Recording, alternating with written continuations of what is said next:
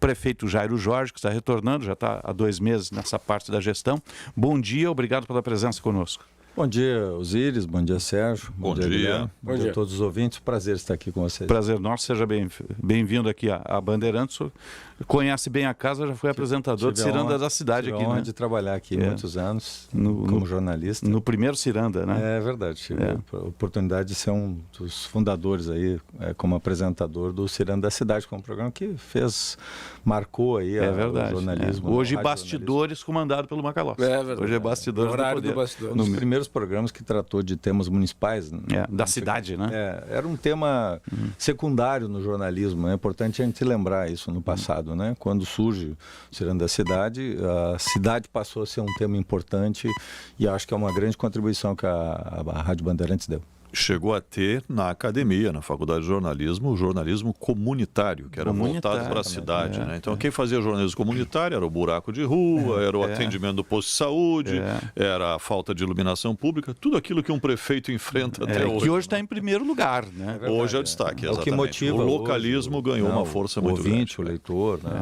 Agora, o senhor retomou a gestão lá, depois de um processo complicado, e acaba se deparando com a cidade que tem repasses diferenciados para a saúde. Qual é a situação hoje da saúde de Canoas, prefeito? Ela é difícil, ela é complexa porque nós temos, eu herdei agora uma dívida de 181 milhões. Isso é nos hospitais? Isso envolve hospitais, só para ter uma ideia, era 169, subiu agora mais 12 milhões, porque 12 milhões vieram de 15 deputados e senadores, emendas, para fazer um mutirão de cirurgias. 3.980 cirurgias. A cidade a prefeitura fez apenas 270 e poucas cirurgias. E todo o dinheiro, os 12 milhões, foi gasto em custeio. Claro que foi gasto nos hospitais, mas não nas cirurgias. Então, obviamente que esse é um recurso que tem que ser reposto. Então, hoje nós temos dívidas em todas as áreas, não só na saúde. Eu tenho uma dívida, por exemplo, da prefeitura com o hospital universitário de 18 milhões e o hospital universitário tem uma dívida de 12. Quer dizer, se a prefeitura tivesse repassado os valores corretamente, o hospital estaria superavitário hoje em 6 milhões, né? E hoje nós temos muita dificuldade, ficamos 20 dias sem fazer cirurgias eletivas, né? Retomamos agora, o processo está já desde a semana passada retomou, mas nós temos uma dificuldade para pagamento, para superar essas deficiências e talvez no pior momento do ano, que é o inverno, né? Mas nós estamos trabalhando, estamos com um refis agora, um processo Recupera Canoas, exatamente para que a gente possa mobilizar a sociedade. Isso é fundamental. E também um programa, né, Economizar para Servir Melhor, que é um programa interno para a gente reduzir o custeio, economizar. Veja que o ano passado a prefeitura perdeu, comparando com 2021, 2022, 181 milhões. Veja que é um valor muito parecido com a dívida que eu recebi hoje. E perdeu como? 158 milhões foi no ICMS, em razão dos combustíveis, né? O que a prefeitura tem que fazer quando acontece isso, reduz? É o que a gente faz na vida da gente, reduz a receita, economiza, né? E a prefeitura não fez isso e, obviamente, eu recebi esse passivo. Só para comparar o que significa 181 milhões para uma cidade como Canoas, a arrecadação em abril foi de 142 milhões. Então, eu arrecadei 142, estou com uma dívida de 181, né? Então, realmente... Mas qual é o prazo dessa agora, dívida? só para tocar nesse ponto... São todas as dívidas de curto prazo, são fornecedores que estão há 5 meses, 6 meses sem receber, quer dizer... Já vencido. Você aguenta 2 meses, 3 meses, 4 meses. Quando eu assumi em março, as pessoas estavam 4, 5 meses sem receber. No seu limite. Como é que você segura o lixo, por exemplo? Quando eu assumi, estava quase 5 meses sem receber. A coleta de lixo, o transporte do lixo para Minas do Leão, a colocação do lixo lá no aterro. Então, são todas áreas nevrálgicas, Prefeito, né? E os hospitais, que tudo é nevrálgico, né? Estamos falando de vida, saúde pública. Saúde é fundamental. Agora, o senhor tem que conversar com o governo do Estado com relação ao assistir, a esse remanejo que acabou tirando recursos. De um lado, beneficia, claro, outras regiões, mas a região metropolitana sempre tensiona Porto Alegre e vice-versa, né? Eu fui sempre um crítico do assistir, procurei conversar, vejo que agora a secretária Edith está disposta a debater. Eu sei que o governador fez o esforço, e mesmo ele minimizou os efeitos, por exemplo, Canoas ia perder em torno de 80 milhões, quase 90 milhões, nós reduzimos isso, ficou em torno de 17 milhões. 16, 17 milhões o ano passado, mas é preciso repensar isso, porque, claro, o que a Secretaria da Saúde alega, e eu acho que isso é importante, é uma baixa produtividade. Nós temos que melhorar a produtividade. Claro, pega um hospital universitário, por exemplo, nós fizemos 44 mil atendimentos, mas é possível fazer mais. Mas ainda assim é um hospital, né, que atende hoje mais de 130 municípios no estado. Sim, porque o senhor também recebe do entorno. Claro, né? Não é só cidadãos de Canoas, né? E claro que há recursos da União, há recursos do estado e há recursos da prefeitura, como 1/3 cada um. A prefeitura coloca, né, o estado e a União. E isso é fundamental para manter o hospital, mas é preciso fazer mais, porque tem áreas que a produtividade é baixa e a secretária tem razão. Então, nós estamos também nesse esforço de gestão, melhorar a gestão do hospital, aumentar a produtividade, a resolutividade, mas nós precisamos manter aberto o hospital, né? Nós temos hoje uma dívida, eu fui em Brasília, junto com o deputado Luiz Carlos Busato, que é deputado da cidade, foi prefeito. Nós fomos juntos, porque é uma hora de união, né? Na hora de ficar disputando, fazendo, né, concurso aí de beleza, de vaidade. E nós fomos juntos para buscar um recurso. Nós estamos buscando a dívida aí do HU atualizado hoje é de 14 milhões. Porque com todas as atualizações, a gente inicialmente achou que era 12, mas ela já está em 14. E nós pedimos do governo federal um recurso para isso e vamos apresentar um projeto. Aí, com isso, eu acredito que a gente deve ir normalizando. A situação ela deve ficar um pouco mais complexa entre junho e julho e a partir então de agosto começa a melhorar as receitas municipais. Porque o pior momento é o seguinte, o pior momento das prefeituras é agora. O melhor momento é janeiro e fevereiro. Só para comparar o ano passado, quando um pouco antes do meu afastamento, a prefeitura não tinha dívidas e tinha 40 milhões em caixa para pagar o 13º. Hoje eu não tenho um centavo para pagar o 13º e eu tenho 181 milhões de dívidas, só para medir o tamanho, né, do problema. Eu ia fazer 2 apontamentos aqui para que o senhor comentasse. O primeiro deles em relação a essa situação toda aí que nós vimos em Canoas ao longo dos últimos anos, com afastamento, volta e daí judicialização, denúncia, acusações, processos correndo, e o senhor menciona os intervalos em que o senhor esteve afastado como momentos em que as condições das contas do município se perderam. O senhor acredita que durante todo o trâmite desses processos a cidade acabou afetada diretamente do ponto de vista administrativo? E o segundo apontamento é: há já alguma previsão do impacto da possível isenção que o governo federal conceda ao setor automotivo no IPI? Porque isso vai afetar diretamente o caixa das prefeituras? Veja, Guilherme, primeiro, eu acho que o Ministério Público está cumprindo seu papel e eu sempre respeitei, né, o Ministério Público. Você sabe que eu sempre respeitei a justiça. Eu nunca questionei, né, quando um resultado é favorável ou um resultado é contrário, né? Eu sempre disse que eu confio na justiça, confio nas instituições. Pode avaliar as minhas manifestações, voltar lá desde o início da minha trajetória, eu sempre disse isso, né? E vou continuar dizendo, eu acredito na justiça dos homens, acredito na justiça divina.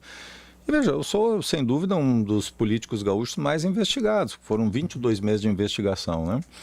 E não há nenhum fato, né, que comprove qualquer participação minha, ativa, direta ou indireta. Eu acho que esse é um fato importante, né?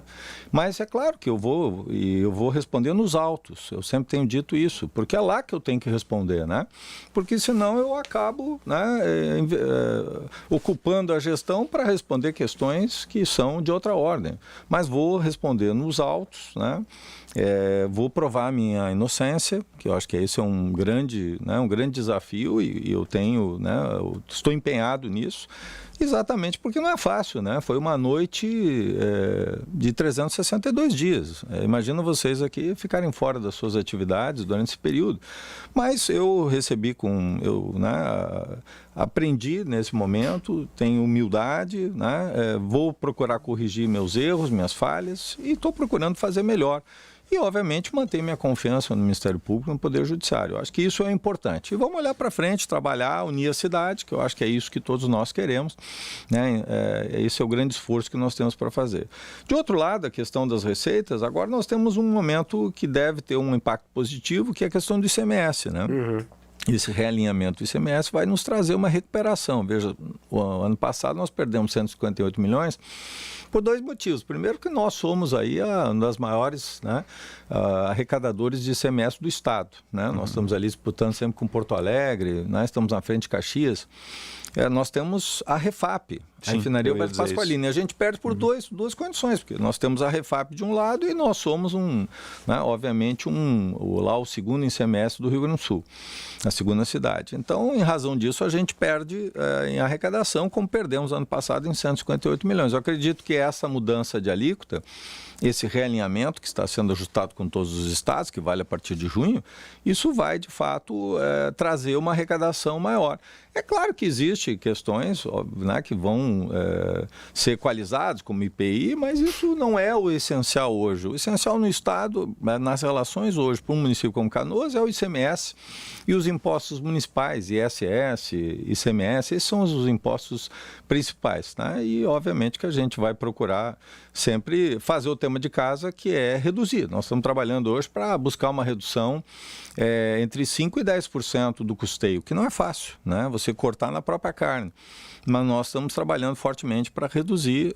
É claro que às vezes você tem que reequacionar serviços, e eu peço a compreensão da população para isso, mas também eu peço o apoio, porque as pessoas que têm dívida hoje, por exemplo, as pessoas que não pagaram o IPTU esse ano, elas podem pagar agora em parcela única e vão ter 10% de desconto. Veja, essa é uma oportunidade ímpar. Veja, eu estou parcelando o meu IPTU.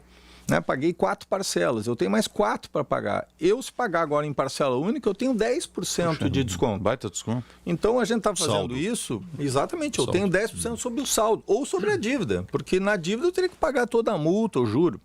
Se eu tenho uma dívida com a prefeitura, se eu pagar à vista, eu tenho 100% de desconto. Qual é o tamanho dessa inadimplência? Em torno de 35% a inadimplência. É muito alta, né?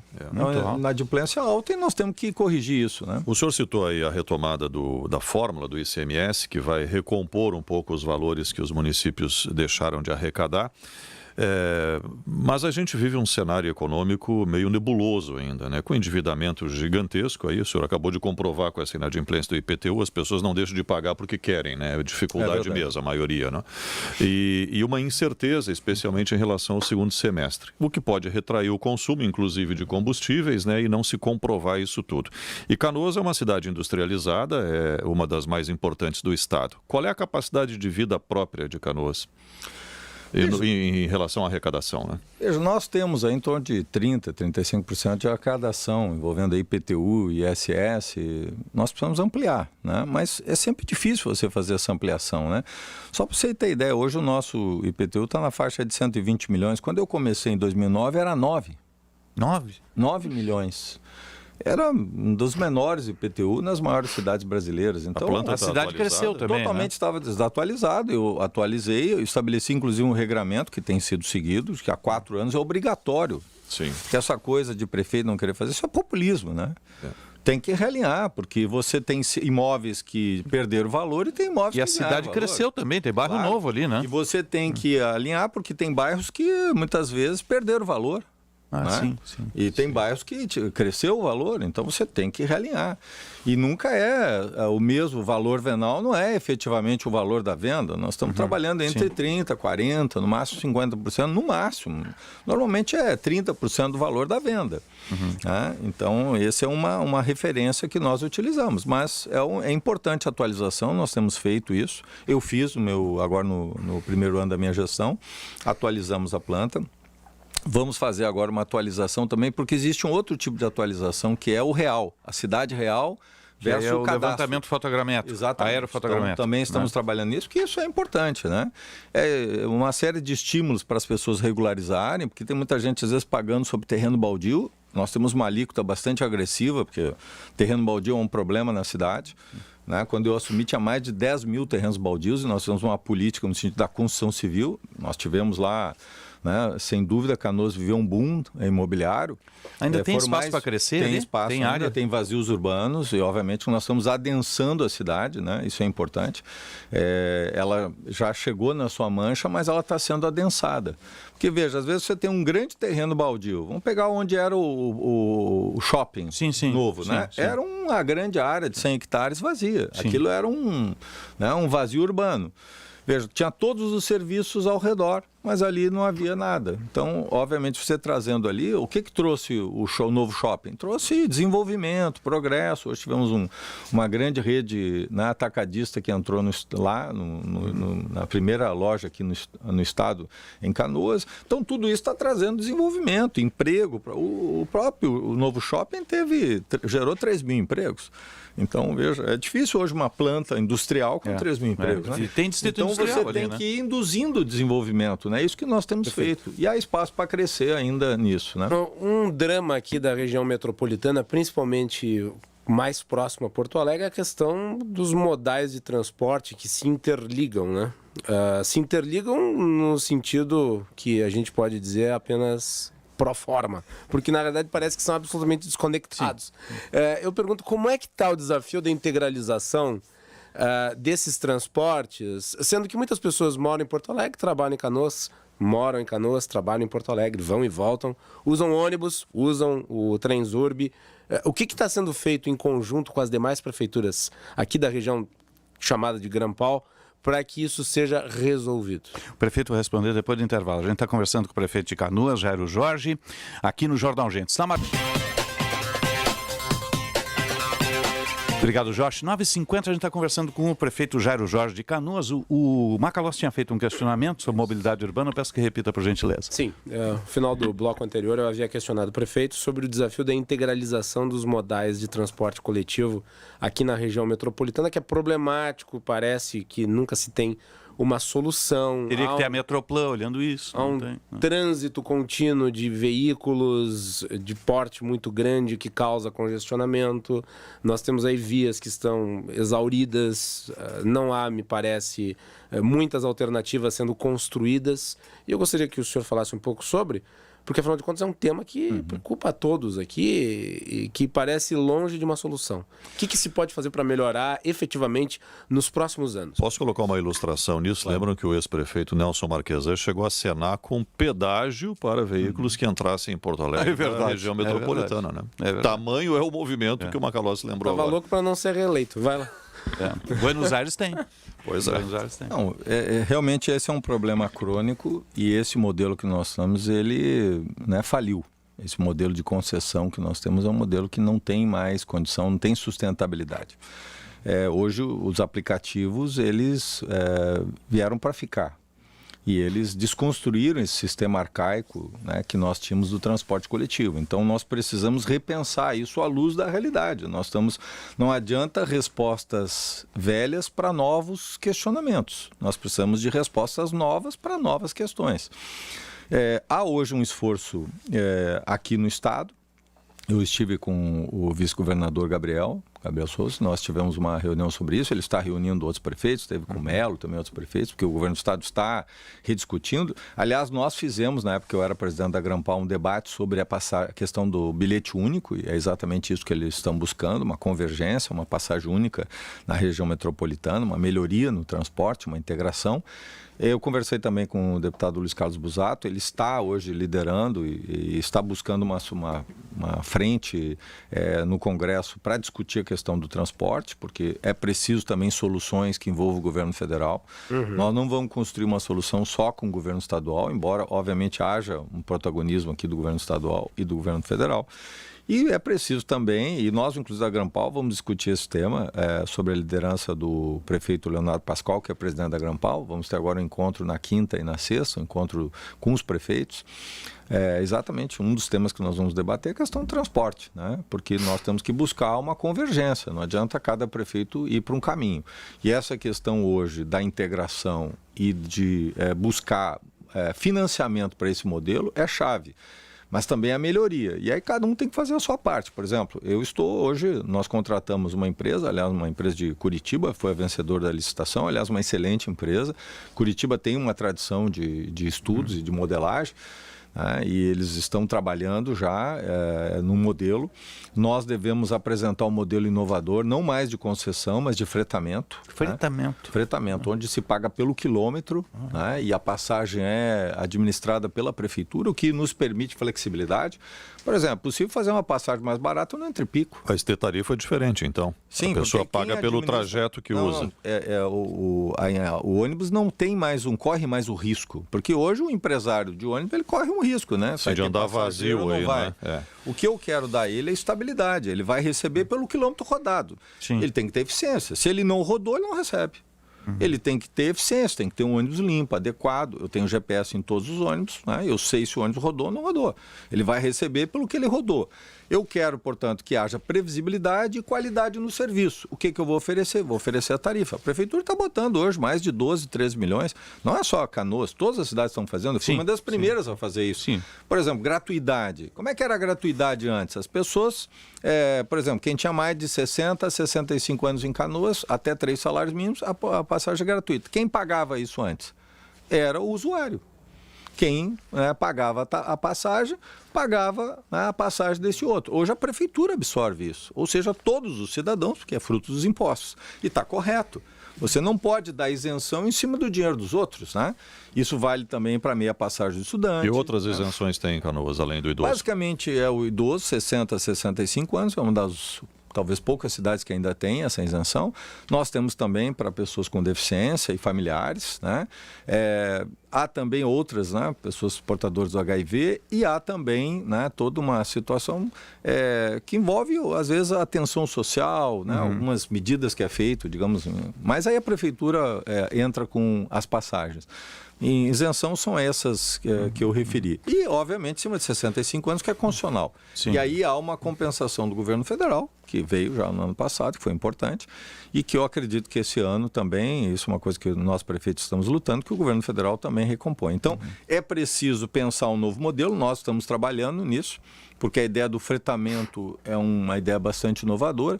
Por exemplo, eu posso fazer uma tarifa diferenciada no Entre-Pico. Né? Entre as 9 ou as 10 até as 4, eu posso fazer, se é R$5 a tarifa, posso baixar ela para R$2. Sim. Porque aí eu torno mais atrativo o transporte coletivo e eu vou retirando do aplicativo.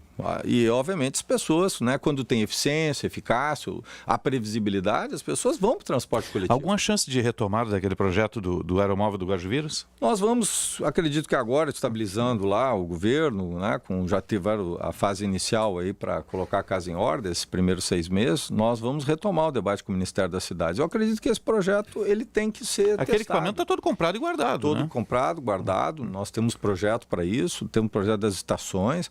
Eu penso que tem que ser. Eu sempre digo isso, se o Coester fosse paulista, o aeromóvel era um sucesso. E São Paulo está andando, vai unir o metrô a Guarulhos. Vai ser realizado lá. Né? Então nós vamos ter o aeromóvel lá e não vamos ter aqui. Né? Então a gente tem essa dificuldade. O gaúcho tem essa coisa do caranguejo, né? Síndrome do caranguejo, sempre um puxando o outro para baixo.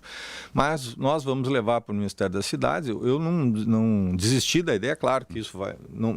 A prefeitura tem que buscar recursos externos. Aí precisa ter recurso a fundo perdido do governo federal para a tecnologia.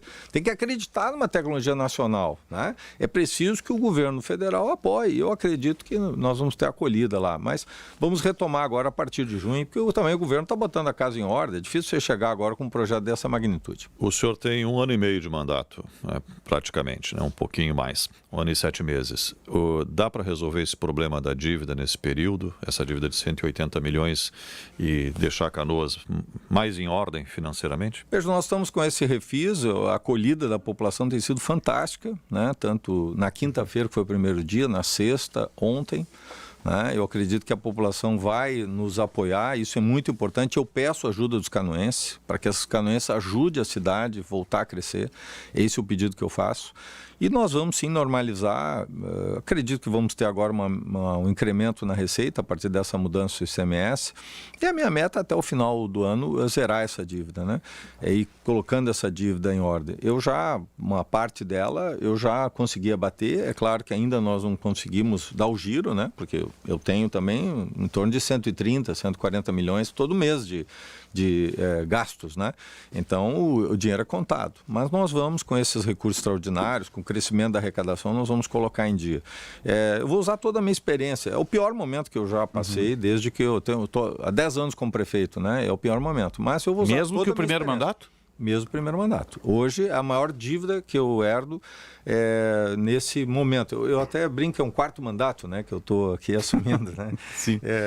Até pela sua natureza, né? Mas eu vou trabalhar com determinação, com humildade, né? Eu, obviamente, estou buscando... Voltei com o prefeitura na rua todos os sábados. Eu estou com o prefeito na estação, atendo todas as quintas-feiras às 5h30, comecei mais cedinho ainda. Atendo todas as segundas-feiras. Ontem atendi lá no meu gabinete com a prefeitura aberta. Então, eu estou procurando ouvir as pessoas. Vamos melhorar a saúde, que eu acho que é a grande preocupação dos canoenses, especialmente agora no inverno, né? Preocupação maior aí com a influenza, né? Sim. E vamos colocar a casa em ordem até o final do ano, com certeza. Prefeito Jairo Jorge de Canoas, obrigado pela presença conosco. Conte com os microfones aqui do Grupo Bandeirantes. Canoas é importante para todos nós aqui. E eu, particularmente, tenho uma relação com Canoas, servi ali na base aérea, depois trabalhei ali também. Meu primeiro emprego como jornalista foi no Timoneiro do Canabarro Trois, como repórter. Né? Já nos deixou, mas é verdade. O legado dele está com a gente. Um legado fora de série. Obrigado pela presença e bom trabalho lá. Obrigado. Tá? Obrigado pela oportunidade.